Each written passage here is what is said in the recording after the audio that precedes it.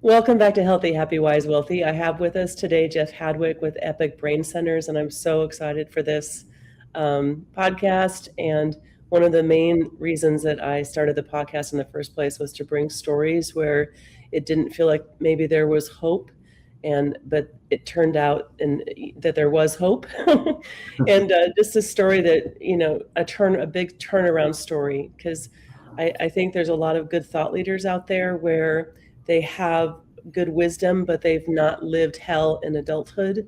And it's a different message when you've lived hell during adulthood and not just had maybe a story from, early on in life. It's a way different story.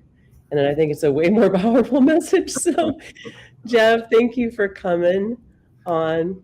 I want to just introduce him for a minute. So Epic Brain Centers, they have a treatment that really does help. That's pretty revolutionary for helping with brain injury, addiction, different things like that. And I went and talked to them earlier this year, and Jeff actually did the whole scan thing on my brain.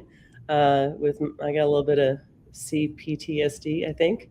And it wasn't going to be the right thing for me, but I know kind of the basics of it. But Jeff, you had this treatment too, so I want to just start with your story. Yes, well, thanks, Mary, for having me. I appreciate it.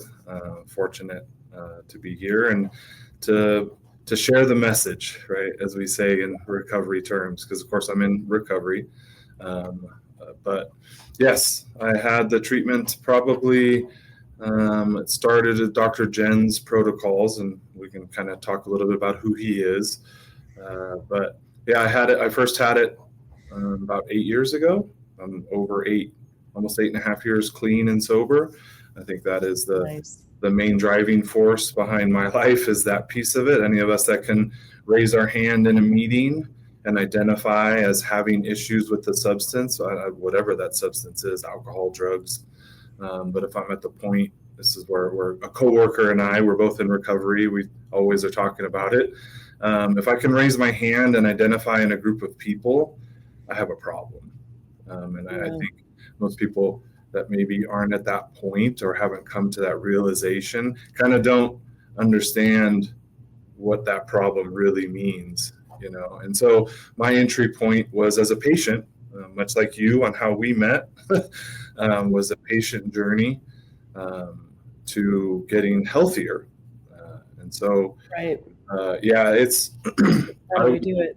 Yeah, I was broken. I think it's the easy way. We've all, as we were talking about, we're all on this journey, and most of the time, the journey has a lot of ups and downs.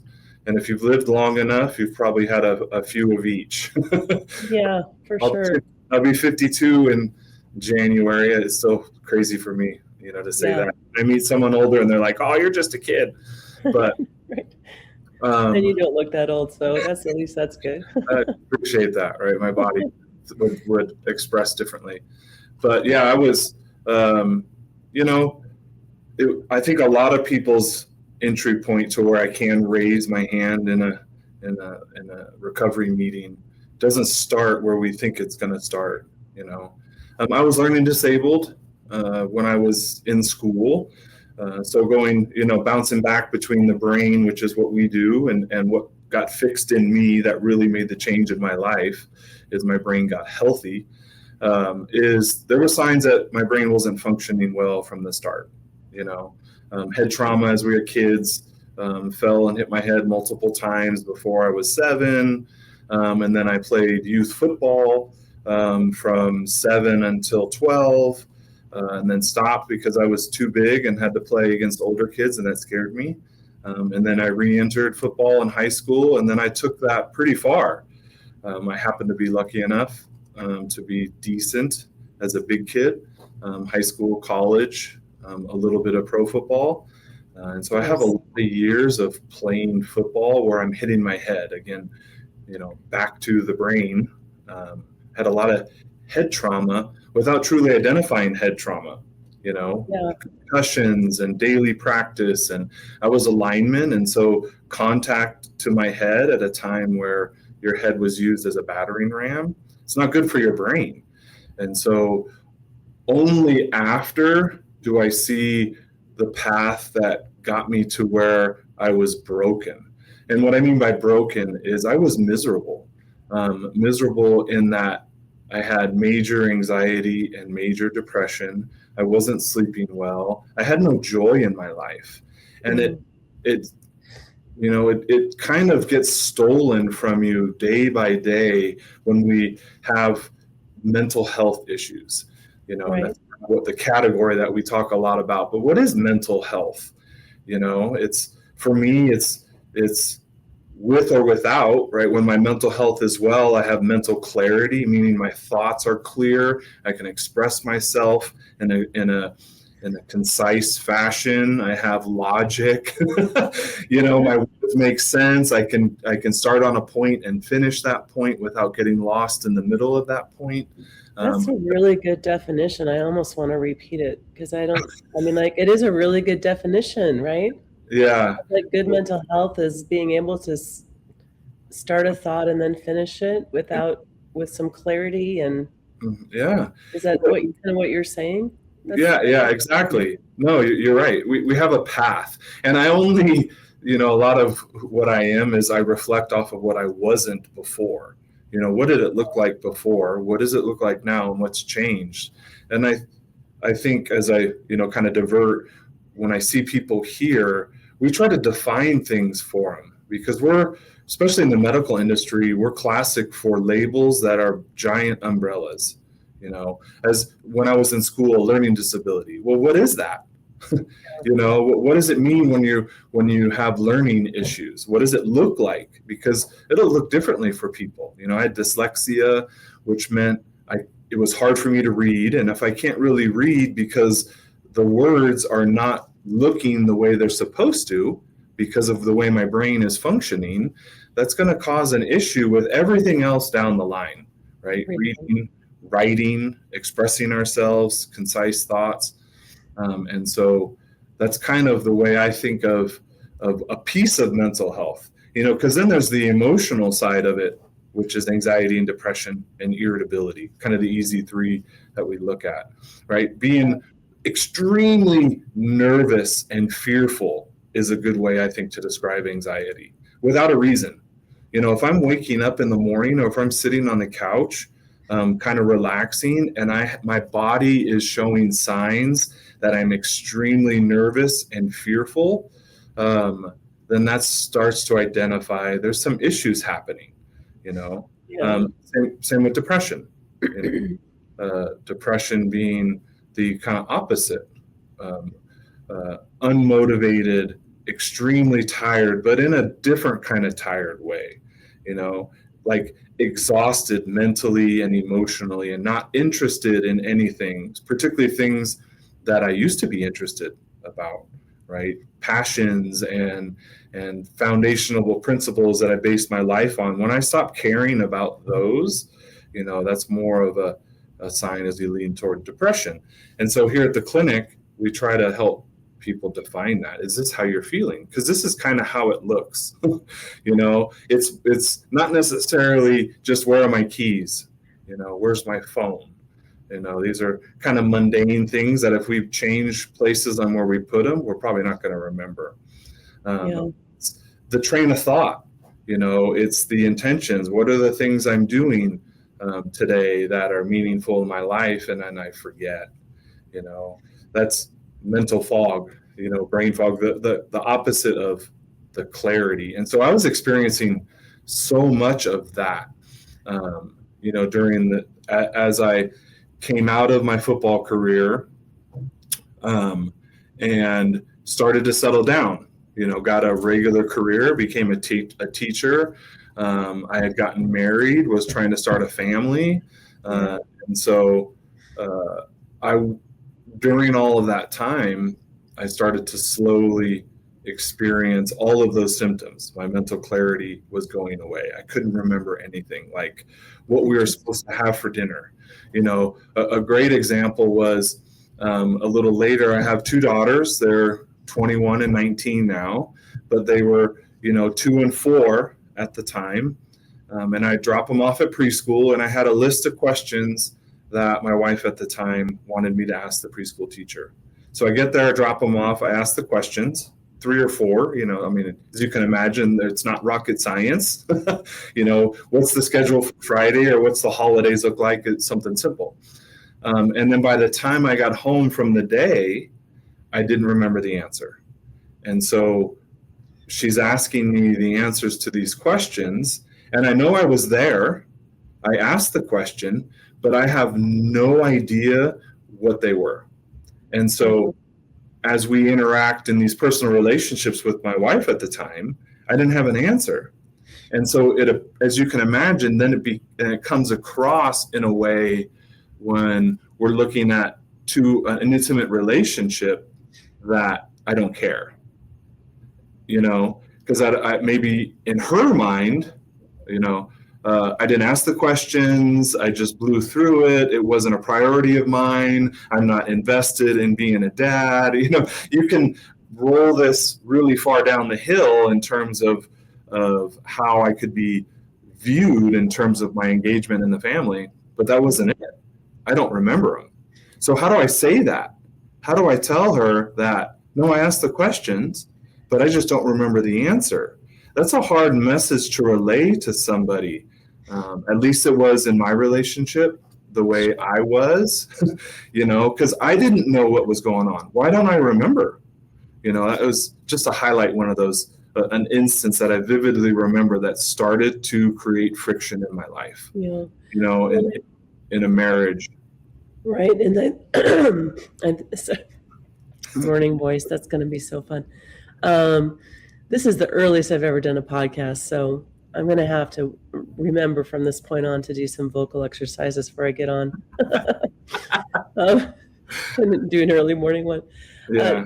I was just going to say, it feels like, though, like so many of these symptoms, if there's any kind of brain injury, we might call it, from concussions or whatnot, and then anxiety, depression, dyslexia, those are all invisible. Right. So it's, if you have a shoulder injury or an arm and your arm's in a sling, everyone's going to ask, or if you're on crutches, they know, but when it's internal, nobody knows. And so they just can really deem you as being lesser than. No one sees all the years of whatever it is that's causing these issues, but they're real. Right. No, I think that you bring up a great point, because they are invisible. And because they're invisible, the individual, so in this case myself, you're wondering too, right? Because I remember at that time how I used to function, and now it's different and it's not as good. If we look at my football career, that was rarely the case, where in the current moment that I'm reflecting on, I was always better than 3 months before. I was bigger, stronger, faster. My performance was better. Then all of a sudden I get catapulted into this new arena where now I'm declining, from the way I used to function to the current place that we're referencing. I'm not as good. And I think we as humans have a hard time handling that, because when I look in the mirror, I don't see the reason. Like you were saying, I get an x-ray on my broken arm. That's the reason it hurts. And that settles something in us, in our human condition. Like, oh, that's why I'm having pain. That's why I can't use it. All the things that would come with that. When we're talking mental health, brain issues. So you brought one, concussion, but the other also is emotional trauma. PTSD or PTS. I know they've kind of changed the acronym now. But those two in particular are going to cause communication issues in the brain, which then is going to present as a lot of these symptoms that you and I are talking about now, Yes. And so, again, fast forward to my treatment journey, that was when I discovered that I was having issues with my brain. All the things that I had gone through because of how I felt and how I was functioning, both were horrible. I wasn't feeling well. Anxiety, depression, brain fog, wasn't sleeping well, had no joy in my life, no interests. I was in a lot of emotional pain. Um, and And it's hard for men with that too. It's hard for women, but I feel oh, like no, it's especially hard for men. no, I agree. I think, and still to this day, that's why I Oh, think, yeah. as we champion it's okay to not be okay, most of our society still doesn't really believe it. Even some of the big sports, um, uh, the big sports world, right? Whether it's football, baseball, basketball, some of the big three, hockey, all these pro sports, military, police, it's still not really okay. No. We may talk, right? A lot of people talk a good game. It's okay to not be okay, but go behind closed doors. And I don't think it's still acceptable. The way I think of it is when I was being raised, and I love my parents, they were amazing people, but it was the generation. You fall down, you scratch your knee as a boy, and you're told to get up, to stop crying. That's not something you should be crying about. That's the Right. message I think we as males a lot of times get, or really the generation I'm from and before really received, is you had to be the breadwinner, the big, strong, tough guy. I can't really cry. I can't have these negative emotions. And so I start to ignore them or stuff them, is how I used to say. And then on that topic of generation, because we're about the same age, so I know I look back, I've thought about this, and looking back, it's like our parents were raised by their parents were in the world wars.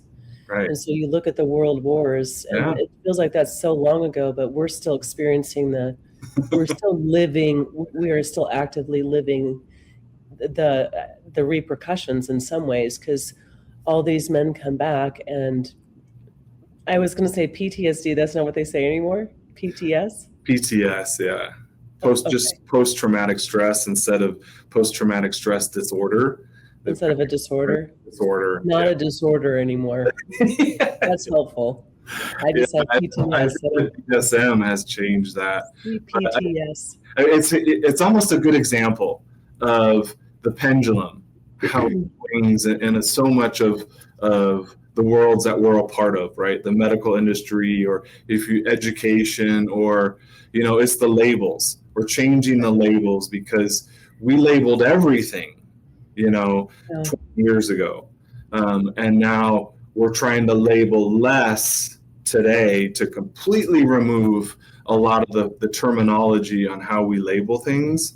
And so I think, in my personal opinion, that's where they're trying to, rewrite the verbiage to be less derogatory.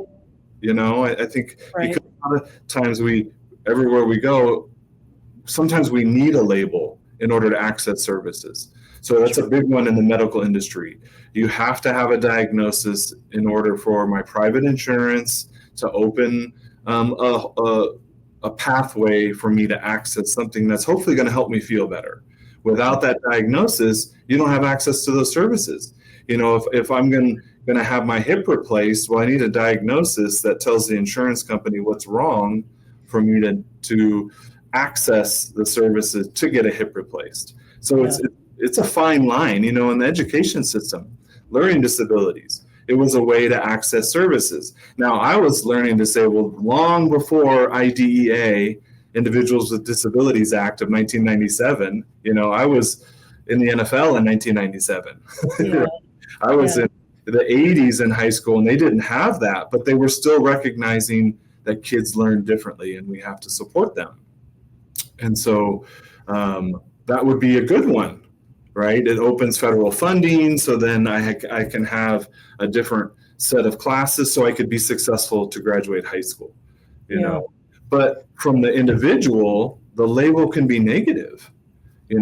We can kind of, swing back into what kind of happened to me, is that label, as we talk about. It's funny, being learning disabled and special ed and all that. I was in all of that all the way from third grade until I graduated high school. I was in special ed, the special classes. They were pull-out models back then, kind of self-contained classrooms, which means you had a gamut of different emotional and mental challenges that students were facing. Yes. To severity of, Down syndrome, autism, stuff like that, to somebody like me where I was dyslexic, I had trouble reading, and I wasn't able to keep pace with the normal class. Yeah. So they would pull me out. And yeah. I was going to say my mom was actually a special ed teacher in the 80s. Oh, okay. So I kind of have that, sense from that other perspective of Yeah. that you're teaching, and like you're saying, it's such a wide variety, and it's probably difficult to be put into all the categories that are in there, and be pushed together. Yeah. I have a special place in my heart for special ed teachers. I'm a teacher. I had a teaching credential. I was licensed in, it was family and consumer science, or home ec. They changed the language. Yeah. Right. Culinary, child development, stuff like that. But I also had a credential in special ed. And that was only because of my journey. And Susan Davis was the special ed teacher I had in high school. And she was the only reason that I became eligible to be able to go to a 4-year college to get a full ride football scholarship right out of high school. Because she asked me early on, my freshman year, as I'm getting recruited back then, what I wanted to do. I always go to the 6th grade, what do you want to be when you grow up? I tell my 12-year-old son, the guy on the corner with the street sign that is clearly homeless and hungry and having challenges, that wasn't on his 6th grade. This is what I want to be when I grow up. Yeah. Because we need to see people. That wasn't where he imagined himself being. Just like wasn't where I imagined myself, because I was homeless for, a little over 3 months before I found recovery. She asked me what do I want to do. And I said, I want to play college football. And because of her devotion to helping people, as a teacher, she put in so much work so that I could take the right classes to be able to be accepted to a 4-year university out of high school with all the support that I needed to be successful. And that was before IEPs were a thing, long before IEPs were a thing in terms of having special requirements on homework and tests and stuff like that. And it was only because of her. It really was because of her that I was able to get catapulted into, accepting the full ride scholarship, getting a degree, becoming a teacher, and what ultimately led me here today, which is, one of the owners of Epic Brain Centers and being able to, pay forward what I was given, which was treatment. Yeah. Well, good for her. The power of a good teacher. Amazing. I'll never forget her. I think we all have people in our lives that are like that made a difference, that made a difference in a positive way, as we call like a role model. That's a real role model to me, because she helped me without any extra benefit in her life. It was because it was the right thing to do, to ask me and then put all that work in to make sure that I was being supported so that I was successful in these college prep classes, as we call them, right? Not special in math and English, study hall. Of course, I had all of those, but she was a big catapult into all of that. Definitely. I love it. Well, tell us a little bit about how, when the rubber was meeting the road there for you, and like how you got into substance abuse, and then how it led to healing through Epic. And I think I said this to you before we started recording, but this being the holiday season, I know there's families out there. It's an extra painful time when there's anything going down in the family that's not going well. So I think your story can bring a lot of hope to people, and that's why I'm so thankful you're here today, and the work of Epic Brain Center and Dr. Jen and everything. So yeah, for sure, I agree. So, I think as I go into, college, I didn't drink in high school. My dad worked for a beer company. He was a supervisor for a beer company. I'm from the Bay Area, so they were based in Oakland. And it was Schlitz was the name of the beer company. Okay. But, during that time, they were able to bring home 2 cases of whatever they wanted with every paycheck. But my parents didn't drink either, my dad or my mom. And so he would bring home Gatorade and soda because they were a distributor. So they had a whole bunch of beer and wine, but then they also had soft drinks. So rather than beer, it was Gatorade or soda. And so I wasn't really exposed to any of that on that level. And I would choose not to, so I really didn't drink at all in high school. Didn't do anything. I didn't really know anyone that did. Let's be real. It's kind of the circles we roam in. And everyone has the same group of high school friends. My 15-year-old daughter today versus my 15-year-old self, my freshman year in high school, the kids are all the same. Really, right? You have the smokers, the skaters, the athletes, the kids that are struggling. It's the same thing for me. So it was around, but it wasn't something that I was interested in. So my real entry point, even in college, I came to Nevada, the University of Nevada, and played football. And so I drank a little, more socially. I smoked some pot. I was introduced to that. But my substance journey wasn't really until later on. And so my real entry point was in 2010, I got diagnosed with Crohn's disease. So I had just got my master's degree in secondary administration in 2010. Good for you. Yeah, no, thank you. That was hard. That was hard. And that's where, not to completely sidebar it, but our mental health struggles don't always look the way we think they should look. I was probably near my worst on how I felt and functioned while I was in my graduate program. And I got a 4.0 in my graduate program. I worked really hard. I was raising young kids, trying to maintain a marriage. I was working as a teacher while I was going to graduate school. And that was hard. That was really hard. It was a lot of sacrifice. I was not well during that time either. I was having a lot of anxiety and depression. I was in therapy. I was probably going twice a week to therapy because I was having issues with anxiety and depression and the stuff that we kind of alluded to when we started. And so I made it through that graduate program. And it was a couple weeks after that I got my degree. I had finished the last class and we went on vacation to celebrate. And so we went to Cabo. And during that week, I came down with the symptoms for Crohn's disease, which was how it kind of played out for me, which is, it's called a perianal fistula. It's a gnarly 50-cent word there. I had a hole in my colon. Oh, jeez. And so there were things happening before that you ignore, right? I played football. It was one of those things that pain was my friend while I played. And so a lot of times I don't acknowledge pain, although I'm a big baby, as my wife says now. If I have a headache, my life is sideways, but it obviously during that time, there were other symptoms looking back. But so halfway through this week, I start not feeling well. We get home and that Monday we got back, I went and saw a specialist, and that was where I got diagnosed with Crohn's disease. And at the time, I had never even heard of it. I didn't know what that meant.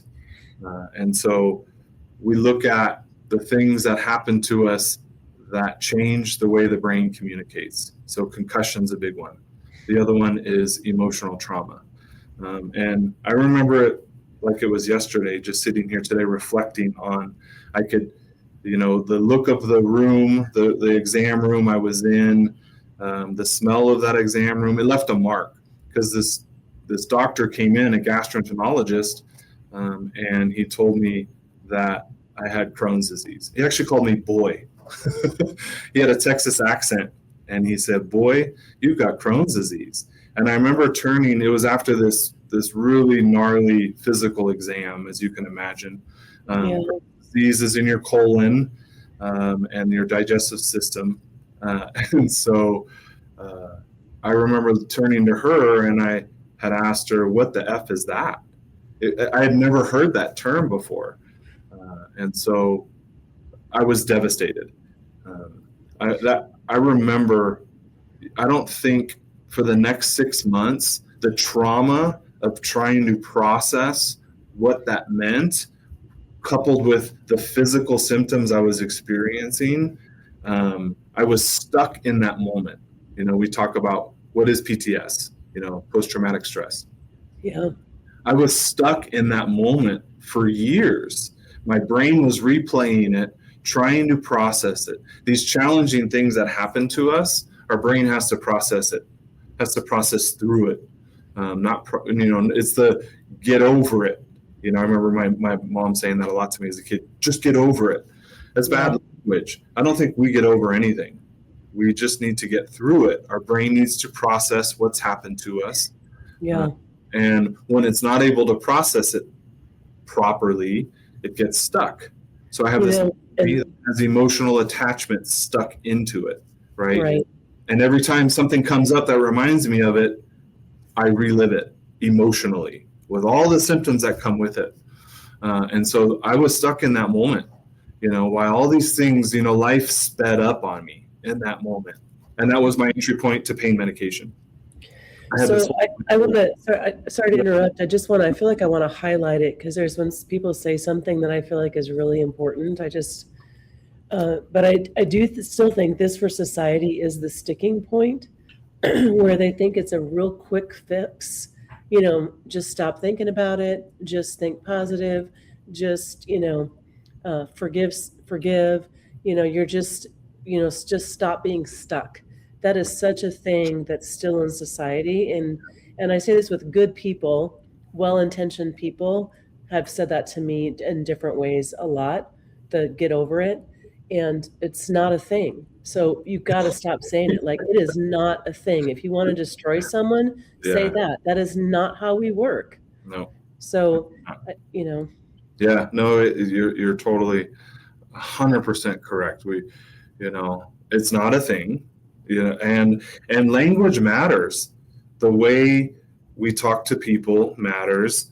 But with people that we encircle ourselves with, loved ones, we're parents, if we're lucky enough to be a parent or an uncle or an aunt, or, young people that we're trying to help influence to raise. We're teaching them skills, whether we know it or not.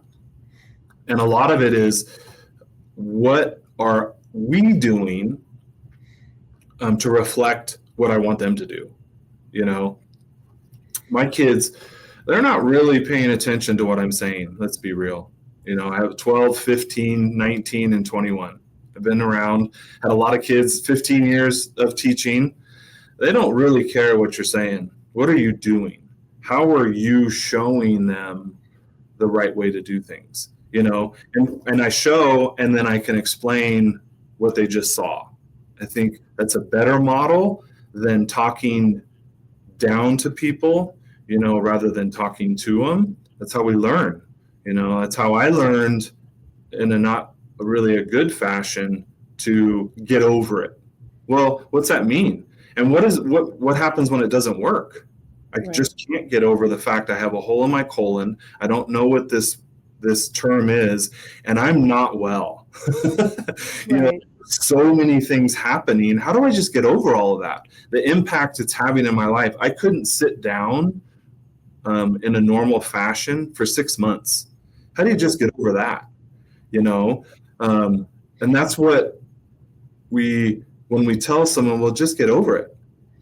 That's what they're basically saying is everything that's happening to you isn't really relevant.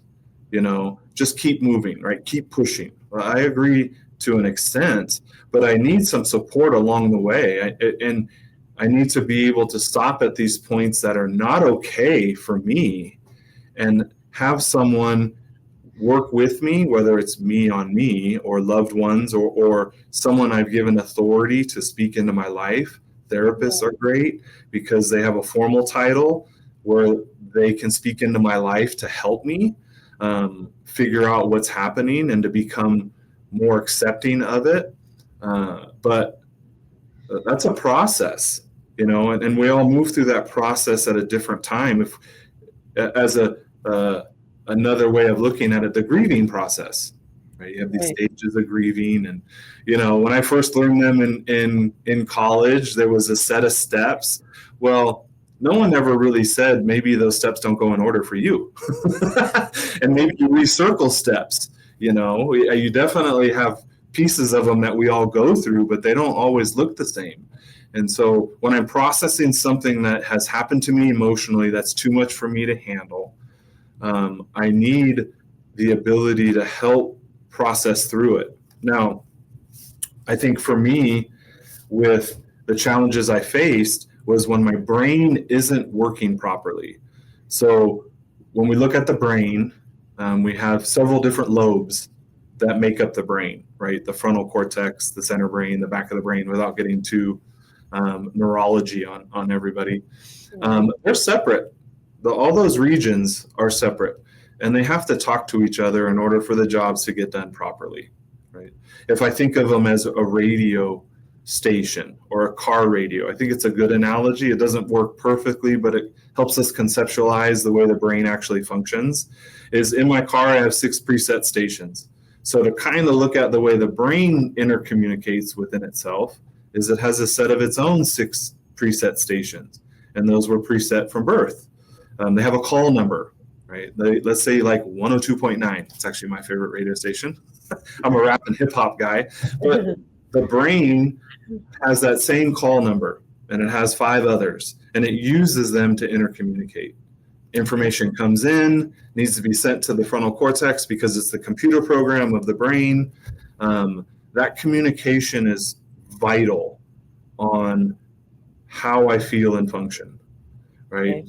And so as the radio stations become out of tune in my brain, there starts to be static, just like your car radio, right? It's not as loud, it's not as clear. It can even be a whole nother radio station that it's not supposed to be on, as a way of thinking, as the brain starts to break down in the way it communicates. And then I start to have symptoms. I start to have brain fog. I start to have anxiety. I start to have depression. I have impulse control issues. I can't multitask. That's what it really looks like when the brain starts to miscommunicate.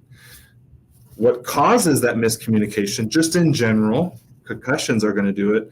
Think about driving in your car and punching the radio. It's probably going to change the channel a little bit, right? Yeah. So take that analogy to every hit I have to my head can start to detune those stations just ever so slightly.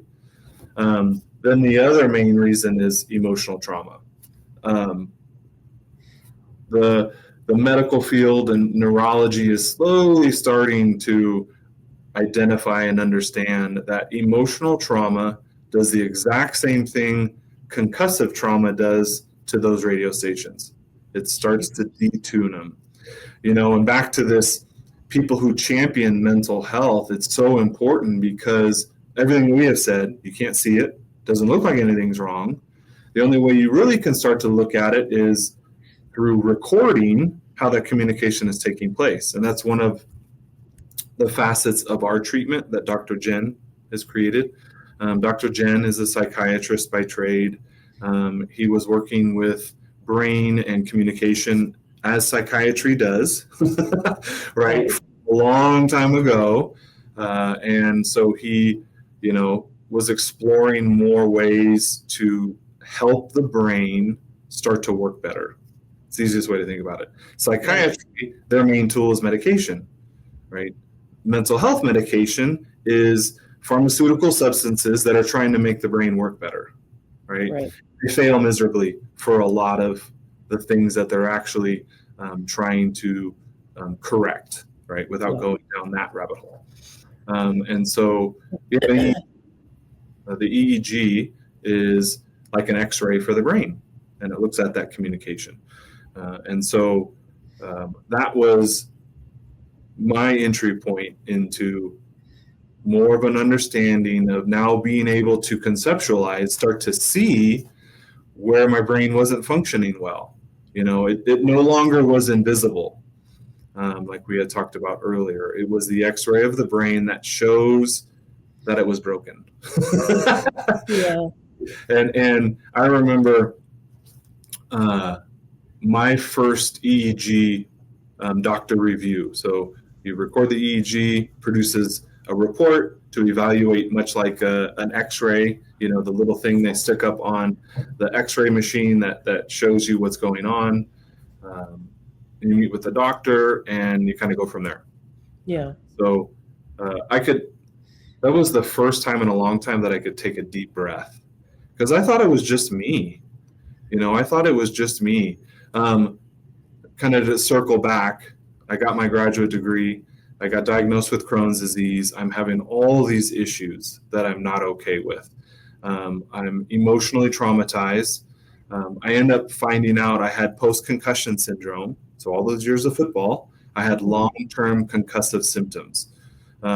It's on its way to CTE. CTE is there's a lot more understanding for what that is, and a lot of it is directly related to major brain concussions, whether it's a TBI or long-term concussion. Can you tell people what that stands for, CTE and TBI, in case they don't know? So the TBI is traumatic brain injury. So it's almost like a major concussion.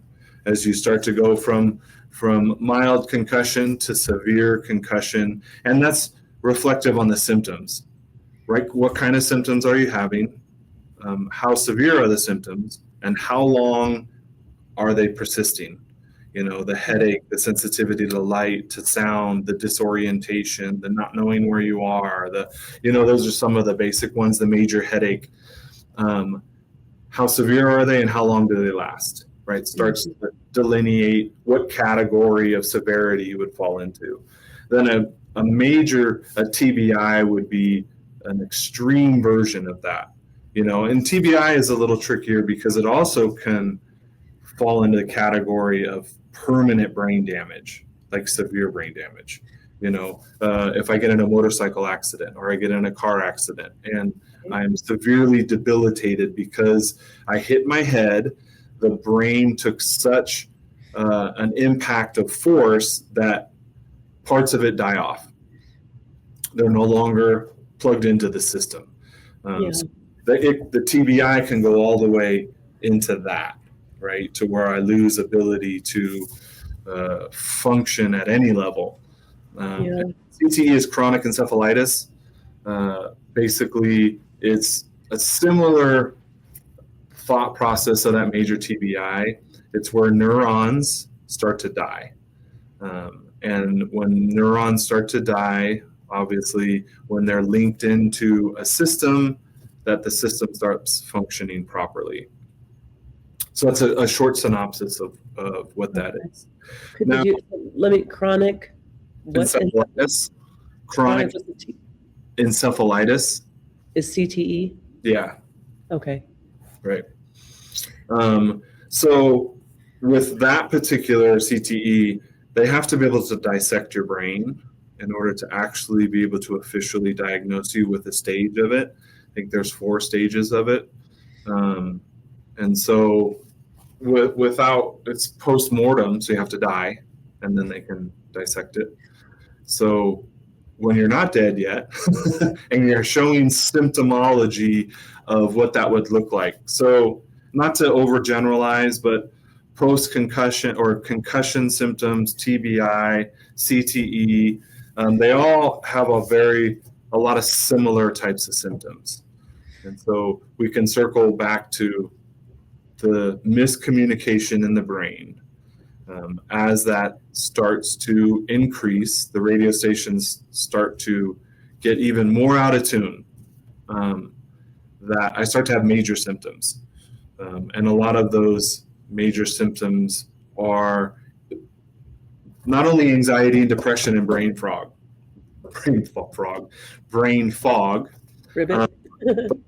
we start to lose our ability for impulse control. That's a big one. And our personality and risk taking starts to change. If we look at football players in particular, there have been a lot of good examples of what that looks like in somebody's life on how they become a different person. And so they're usually marked by late onset substance use disorder, criminal activity, and other types of issues that really decline their ability to function in society. And so because it's housed in the frontal cortex, my impulse control and my personality, my morality, if I were to put where that's located, it's in my frontal cortex, which is the computer program of the brain. And when I start to hit my head quite a bit, if we're looking at sports, that communication starts to change, and it eventually is going to start to change my moral compass, my personality, and my impulse control. So I start doing things I normally wouldn't do because I don't have a check and balance system any longer that's in there, simply because the communication is broken down. And now emotional trauma can get there as well. If I have one or many, because it can just be one. It can be one devastation that's happened in my life. As an example, a death of a child. The severity of that is just like being completely knocked out on the football field.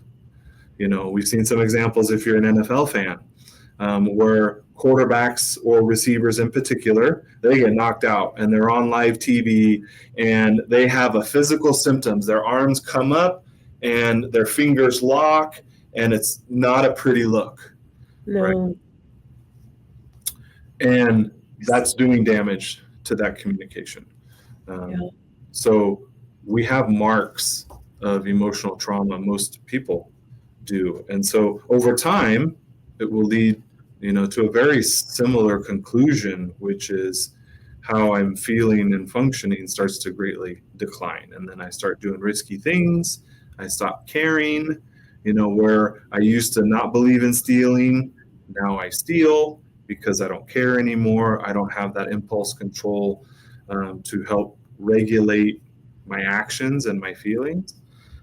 And so that's some of the down the road issues that we encounter, that people that have had some challenges in their life, And so we're human. We are human. Most of us experience a little bit of both, Yeah. Well, and I know, when I did my brain scan and Dr. Jin looked at it, he's like, yep, you have, I thought he said PTSD, whatever. It's like, you definitely have some post-traumatic stress issues. Yeah, he would still use PTSD. Yeah, he does. Okay. He's like, your brain does look like people who've, been to war or whatever. Yeah. And this isn't normal. And you're never awake and you're never asleep. It's like delta is really high during the day and my brain's really active at night. So I'm never awake and never asleep. Right. Sounds like hypervigilance in a way, but so it is.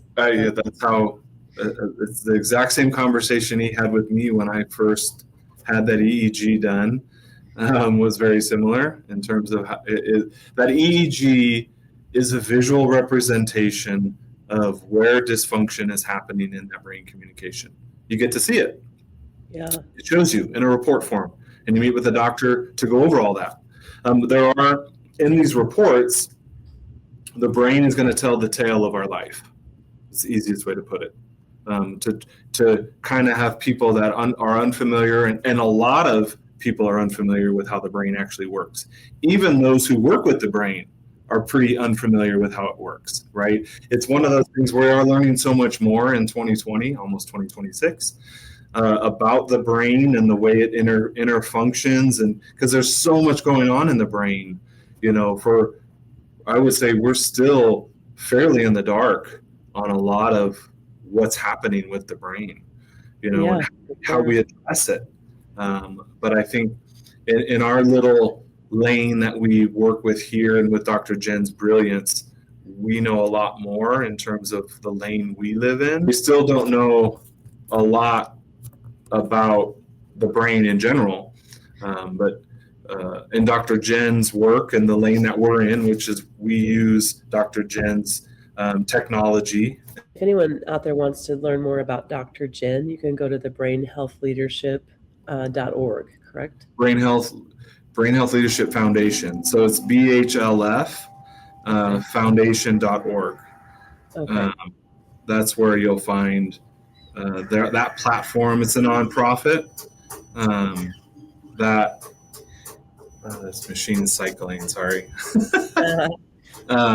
It's a nonprofit. Then the platform is to share knowledge and information about the brain and the work that we do, which is an off-label version of TMS, transcranial magnetic stimulation, is the platform of Dr. Jen's treatment. But it's the first of its kind. It's the most cutting-edge form of medical treatment out there. That's TMS. So it's a magnet. But it's actually EMBP, the terminology we use for the treatment, is variable pulse TMS. And so what the variable pulse means is, back to those radio stations we talked about earlier, it's introducing all 6 radio stations back to the patient's brain with the call numbers that their brain is supposed to be tuned into. Yeah. So it's only reintroducing where their brain was originally supposed to be functioning. And it's done very gently over 2 weeks. So you get one a day for 30 minutes. The stimulation is only 6 seconds per minute. It's not like you're under the treatment for the whole 30 minutes. There was a little bit of sensation. It's placed on your forehead in a very gentle fashion in a comfy chair. And it's delivered 6 seconds at a time, and you have one a day for 2 weeks, 10 treatments, and over that time it's reintroducing those natural frequencies that the brain is supposed to be working under. And so it's starting to tune it in. It's making the neurons, or gently nudging the neurons back into the frequency range set that they're supposed to be functioning under, and as well as the brain. If I go back to the 6 radio stations, there's 6 different regions of my brain. They have to be on the same station at the same time also, right? There are instances where your stations are tuned in, but the different lobes are on different stations at a different time. So that's also another form of miscommunication. As an example, Rock 104.5, Wild 102.9. 2 local radio stations here in Reno. One plays rock, one plays rap and hip hop. The back of the brain is on the rock station. The front of the brain is on the hip hop station. They're not communicating properly because they're on a different channel, right? So EMBP does both. It reintroduces those natural stations to tune them in, but it also reintroduces the pattern the brain should be changing station. So it starts to unify both pieces of it. As that takes place over a course of 2 weeks, people start to feel better. The things that we've kind of been talking about, through the first 40 minutes of our conversation about these negative symptoms that come from that miscommunication, they start to go away. Anxiety starts to get better. Depression starts to go away. Mental clarity starts to re-show up, where I'm able to stay focused, I'm able to carry a thought, I'm able to express myself in a clear, concise fashion over that course of treatment. Then after 10, we do another EEG. You meet with the doctor again. So you get to look at pre-treatment brain, after 10 treatment brain, on how the communication from what your brain is telling us is getting better, right? And of course, the patient testimony matters. The course over 2 weeks, people start to feel better and they start to see it. Not everyone. A lot of times it's their loved ones that tell us they are doing better. because of, how do I know what I don't know if I don't know it? Yeah. There's a circle. When you're really not doing well, you're also not aware of No, yourself as much. no, we point that out to a lot of people. Now, if you're weird like me, I pay attention to the way I feel and function, almost obsessively, because there was a time where I wasn't well. But not everyone pays as much attention to that as I do. Am I able to remember my shopping list without a list? Because I remember at a time where I had a shopping list so I could get the 12 things I needed at the grocery store, because there was no way I was going to remember them. But then I would forget where the list is. So it's all obsolete, right? I have a list so I don't forget it, but I forget where the list is. I don't have to do that today for the most part. Like that's common. Well, I know, right? And we kind of get used to some things that would be kind of common. We can go off on rabbit holes on a lot of our memory is how much I care, right? If my brain's functioning pretty well, and I meet somebody new, do I remember their name, right? A lot of times it's how much do I care? Do I need to remember their name? Yeah. Right? We just sometimes blow through it. Now, I might be busy. I might not be focused. I mean, there's other things, but in general, I kind of need to care a little bit to be able to be present, to hear the person's name, and then I have to link it to something that'll help me remember it, right? Not to go down the way we were able to actually memorize things and stuff like that. That's a whole nother topic, but yeah. So I love how there's a, like we very, very quickly went through this whole thing of hopelessness. My brain is, it's so many different issues that you were dealing with that made it in most situations would have been impossible to heal from, because there wouldn't have been a solution. Right. And then this very practical treatment that came in that really did kind of solve the issues. Right. And now you're here offering this to other people. Yeah. That's a beautiful story. Yeah, I'm lucky. It's amazing. But what we do here is a piece of the journey for people, depending on what's going on. Kind of, again, circle back to me.